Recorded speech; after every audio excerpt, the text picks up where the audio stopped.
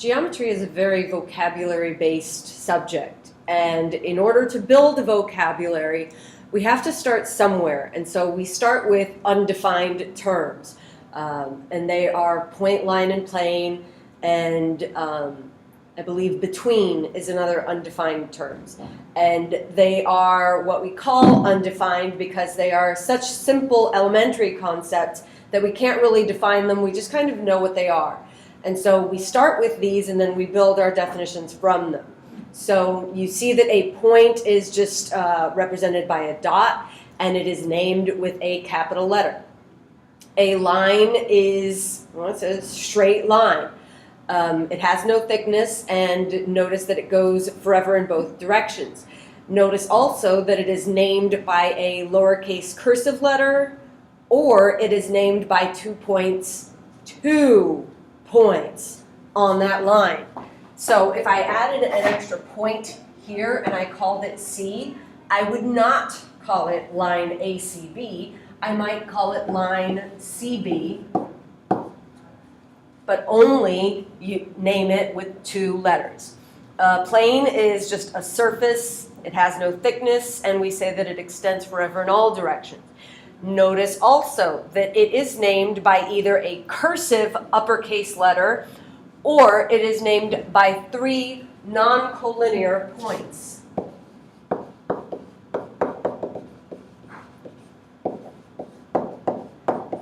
Okay, so vocabulary, collinear, think about the word, co with line.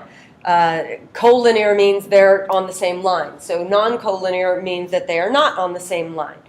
So notice that X, Y, and Z are not all on the same line. Notice also that we would not call this plane, for example, R, X, Y, since R is not a point on the plane. It's just a name of the plane. So based on those undefined terms, we can start defining terms. So a segment is a part of a line, and you see it represented here. It is segment CD. If I wanted to talk about the length of this segment, the length of CD is represented by the letters without the bar over it. Ray PQ starts at P and goes infinitely in the direction of Q. Okay, so if I have 2 points, J and K, and a line going through them, if I could draw, that would be a straight line. Part B, draw 2 points, J and K, and this time draw the line segment with endpoints J and K. So here would be J, and that would be K. Draw a point K again, and draw a ray from endpoint K with a point J along the way. Draw 3 points, J, K, and M, so they are not all on the same line.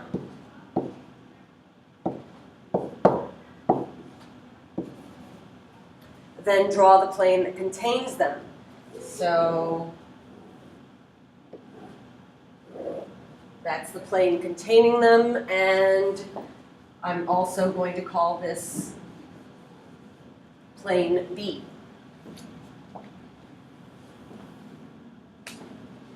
Give a name for each of the figures that we drew, and then circle whether it's a defined term or an undefined term. First, let's circle undefined or defined. A point is an undefined term. Line is undefined. Segment is defined. Ray is defined. Plane is undefined. And then the point, maybe one of the points that I drew is point J. The line that I drew was in part A, and that was line JK.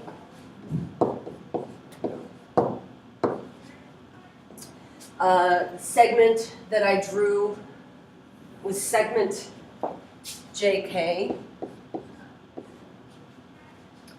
Ray, be very careful of order.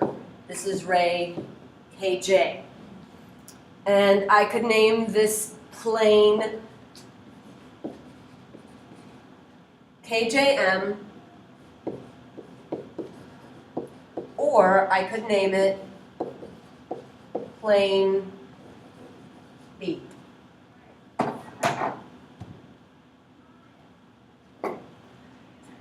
In step C, would jk be the same as ray kj? No, that's what I was talking about when I drew it. You want to be very careful about how you name the ray. If it was ray jk, then it would start at j and go infinitely in the direction of k.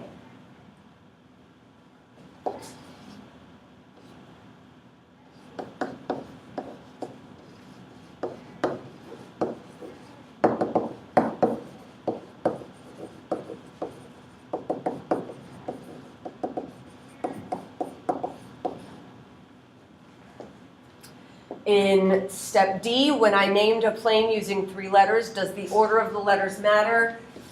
No. We could have also named it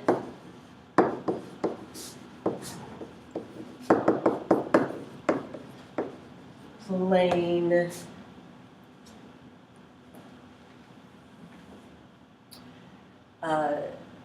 JKM.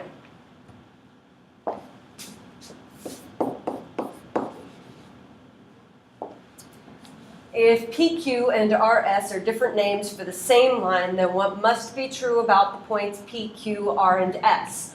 So if they're all different names for the same line, then P, Q, R, and S are collinear. Again, that means they are on the same line.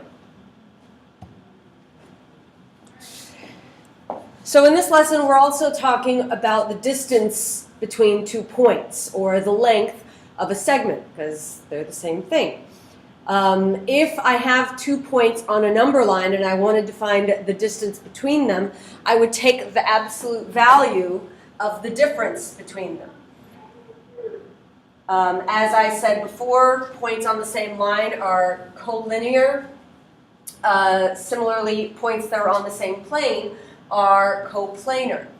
Lines that lie in the same plane but do not intersect are parallel lines.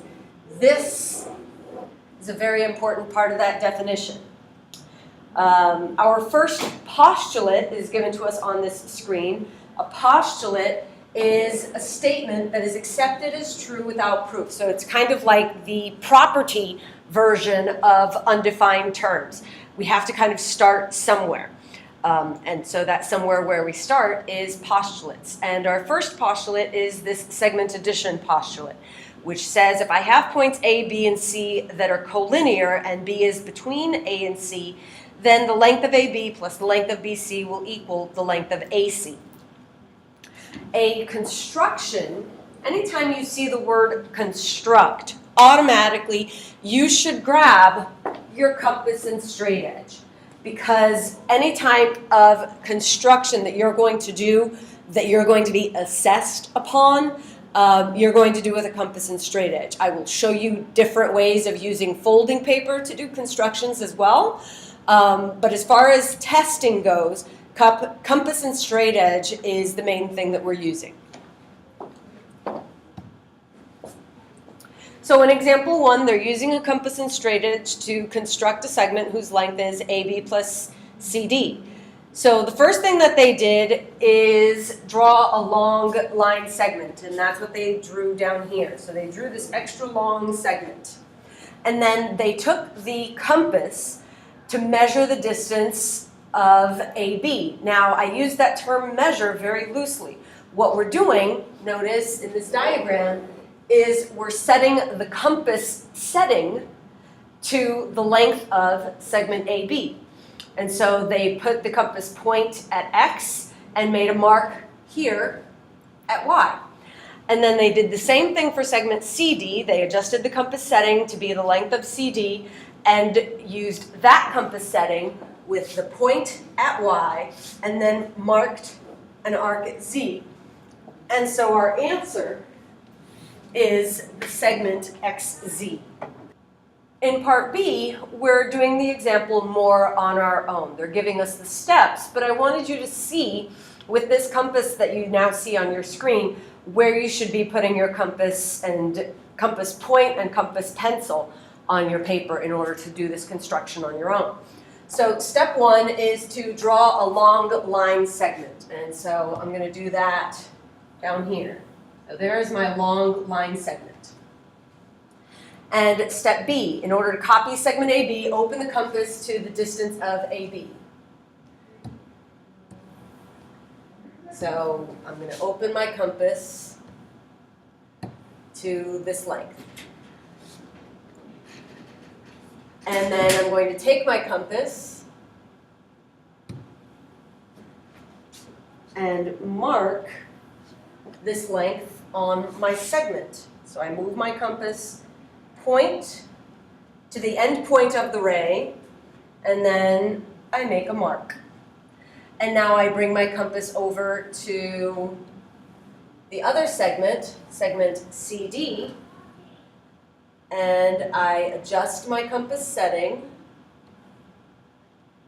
to be this length.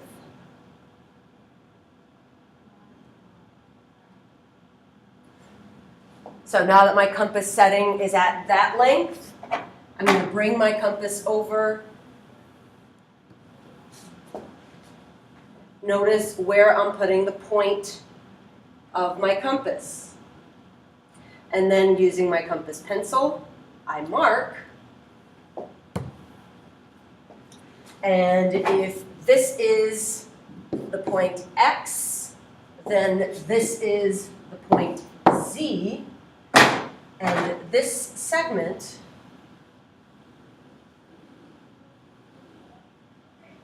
is my answer. In this discussion question, it's asking to look at the line and ruler above example 1. Why does it not matter whether you find the distance from R to S or S to R? So here is what they're referring to in this diagram. Since we're taking the absolute value, well, if I did 4 minus 1, I get 3. Absolute value is 3. If I do 1 minus 4, I get negative 3. And the absolute value of negative 3 is positive 3. So it doesn't matter because we're taking the absolute value anyway.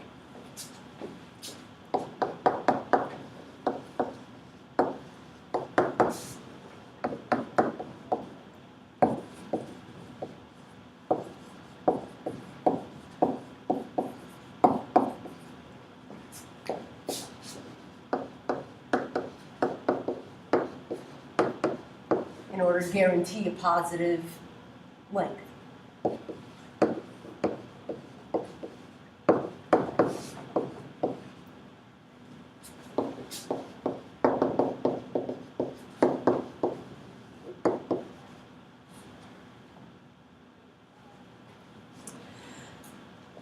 So last year in algebra, you should have been exposed to the Pythagorean Theorem. A squared plus b squared equals c squared, where we're talking about a right triangle and A and B are the lengths of the legs and C is the length of the hypotenuse. So Pythagorean's theorem allows us to find a formula for the distance between 2 points in the coordinate plane. And so this is our distance formula. So in example 2, part A, we're using that distance formula to compare the lengths of A, B, and C, D and show whether they have the same length. And so you see that they plugged the values in, and since the two values are square root of 29, the two segments have the same length. In part B, we are doing the same thing with segments E, F, and G, H. So they gave us the coordinates of E and G. We've got to figure out the coordinates for F and H. F is located at -2, -3. And H is located at 2, 0. So first we're finding the length of EF. And the formula, remember, starts with x2 minus x1. So we have negative 2 minus negative 3, and then that's being squared, plus, in the second parenthesis, we have y2 minus y1. So that's negative 3 minus 2. So we simplify. Negative 2 minus negative 3 becomes negative 2 plus 3, which is 1 squared. And then negative 3 minus 2 is negative 5 squared. And what you must remember is that when you are squaring a negative number, it becomes positive. So I have 1 plus positive 25, which is 26. So the length of EF is the square root of 26. And then we do the same thing for GH. So in GH, we have 2 minus negative 2 squared plus 0 minus negative 4. So this will give us 2 plus 2, which is 4, and 0 plus 4, that's another 4. So that's 16 plus 16, which is 32. So square root of 26 does not equal square root of 32. Therefore, EF and GH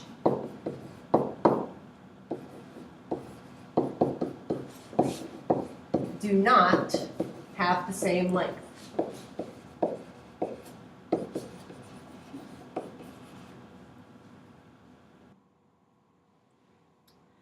Pause your video a moment to do the your turn.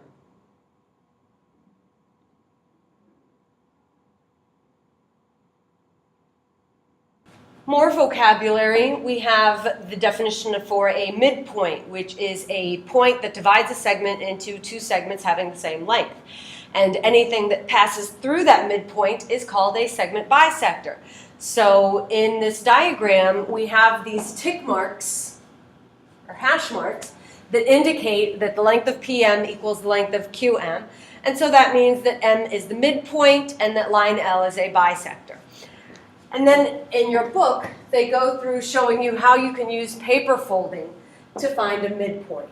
So you can draw a line segment, fold the paper so that the 2 points overlap, and when you open up the paper, the crease is intersecting the segment at the midpoint, which would be M. The crease would also be a bisector of that segment AB. We also have a formula for finding midpoint when we're in the coordinate plane. So if you look at this formula, don't get so hung up on, oh my gosh, that's one more formula I have to memorize. Think of it in terms of I'm finding the numbers that are in the middle of two other pairs of numbers. So how do you find a number in the middle of two other numbers? You take the average. And so if you look at this formula, it's just the average of the x's, comma, the average of the y's. So just think of that word. That might help. So in example 4, part A, we're using midpoint formula to show that statements are true. And in part A, I have segment PQ. There are the endpoints, and what we're trying to show is true is that the midpoint is in quadrant 3. And if you recall from algebra, this is quadrant 1, 2, 3, 4. And all of the points in quadrant 1 are positive, comma, positive. In quadrant 2, it's negative, comma, positive. In quadrant 3, it's negative, comma, negative. And quadrant 4 would be positive, comma, negative. So that's kind of what they used in example 4, part A, and we're going to use something just like it in part B. So I have segment RS, I have the endpoints of that, and oh, this time I'm trying to prove that the midpoint is on the y-axis. So think about all the points on this y-axis. They all have an x-coordinate of 0. Okay. So I'm going to use the midpoint formula to find the midpoint of segment RS. So I will do 3 plus negative 3 over 2, and then 5 plus negative 1 over 2. So that'll give me 0, comma, 2. So m lies on the y-axis since the x-coordinate is 0.